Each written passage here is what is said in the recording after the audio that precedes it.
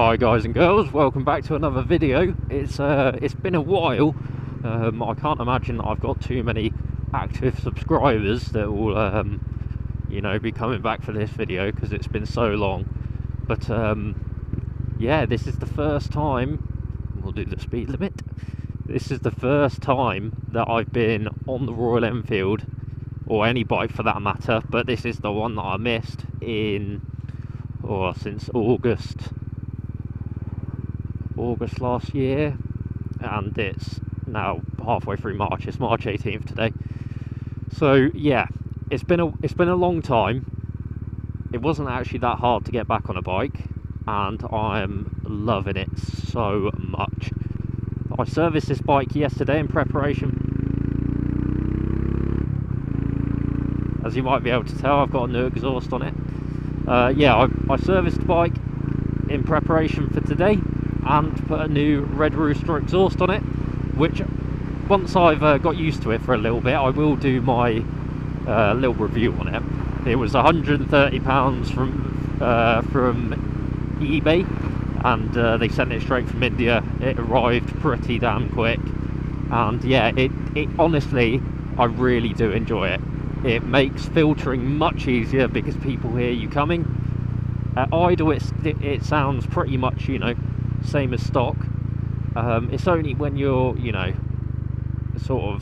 above them idle RPMs, it's a bit more bassier, but it's definitely not obnoxious at all. It's not like my other bike. That is crazy loud. So yeah, no, really enjoying this. I've picked probably the best day of the year to come out. It's kind of a coincidence because I had to have the bike out because I've been driving to work and I've finally got a parking ticket, it says. And so yeah, I thought it's time to get the bike out, and lo and behold, it's a very nice day. It's about 17 degrees today, which is nice.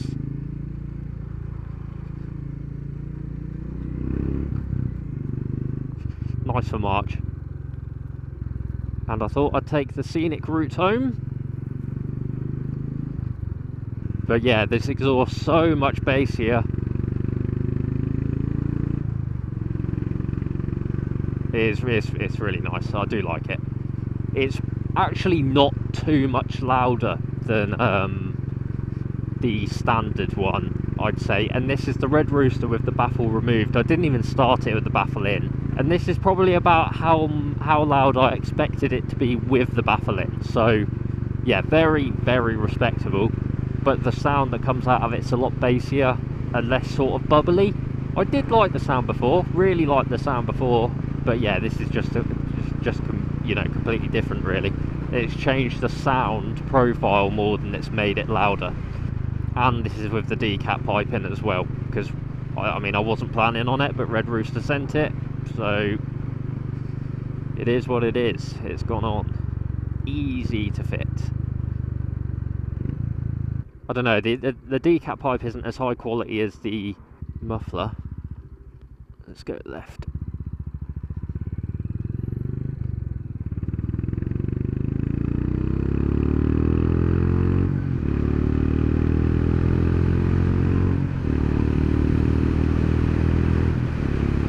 Sounds brilliant. Yeah, the clock's a bit wrong on there. It says it's 10:30 at night, and it definitely isn't. I wish it was still this light at 10:30. Since I stopped riding last year, I sent back my heated gloves because they were broken anyway, and I thought, I won't exchange it for another pair. So I've got these summer gloves on. These are really ultimate sort of summer gloves. So these are going to be a bit chapping as the week or next week progresses, because it's going to get substantially colder after today. We're going back down to sort of 10 degrees and raining, with 1 degree starts in the morning. So I'll be riding to work in 3 degree rain. Yeah, I can't imagine that these gloves are going to be up to much, but it is what it is. So yeah, we've got 5,500 miles on this bike, which actually isn't too up on the obviously 5,000 mile review that I done, and that must have been in July. However, I can't quite remember. So yeah, that's about, I don't know how many months that is, 9 months? I've only done 500 miles, which is quite shocking for me when it comes to this bike, because normally I am absolutely loading the miles onto it.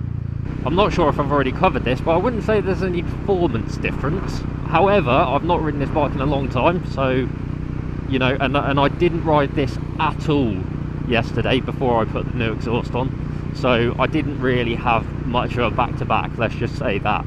Just sounds beautiful. You do get the odd crack from the exhaust every now and again, which you did get before. It's not doing it anymore, but they're much more pronounced.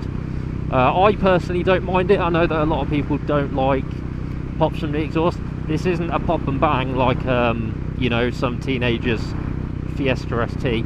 Don't get me wrong, it's just a nice little crack every now and again. Talking about teenagers in cars, there's one right up my arse. Go on, Yaris, go for it. You can overtake, my friend. Just don't rear end me. Unfortunately, for those in the UK, you'll know that this year has been awful for potholes and the council fixing potholes. It seems to be sort of like all over the UK, not just Oxfordshire. So I do have to keep my wits about me, because some of these potholes have been taking both wheels of cars off. Near side, front and rear wheels have been ripped off of some cars. That just goes to show how, well, bad the council are keeping the upkeep of the roads. So I do need to keep my wits about me a little bit, because they do sneak up on you faster than you think. You don't really want to be looking at the road. You want to be looking at where you're going to avoid your target fixation.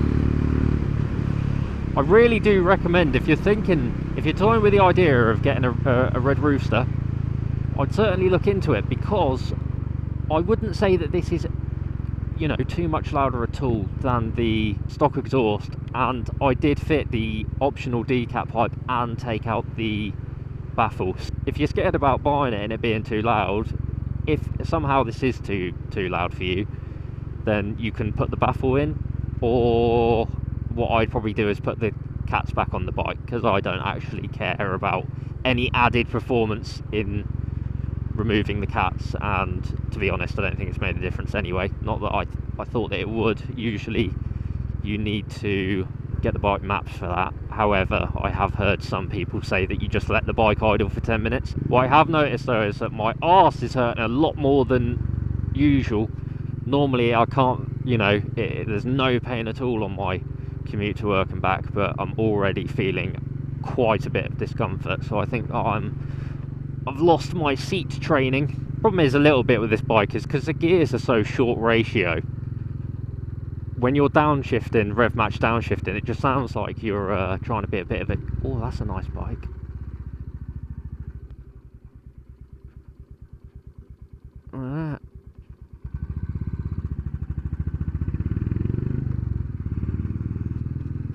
Yeah, it just sounds like you're trying to be a bit of a yob, just revving for no reason, because by the time, if you're braking while rev match downshifting, your RPMs are pretty much the exact same. They haven't risen, and so it does just sound like you're just blipping the throttle through the old village you're going through, when in actual fact you're actually rev match downshifting. Right, that's enough rambling for me.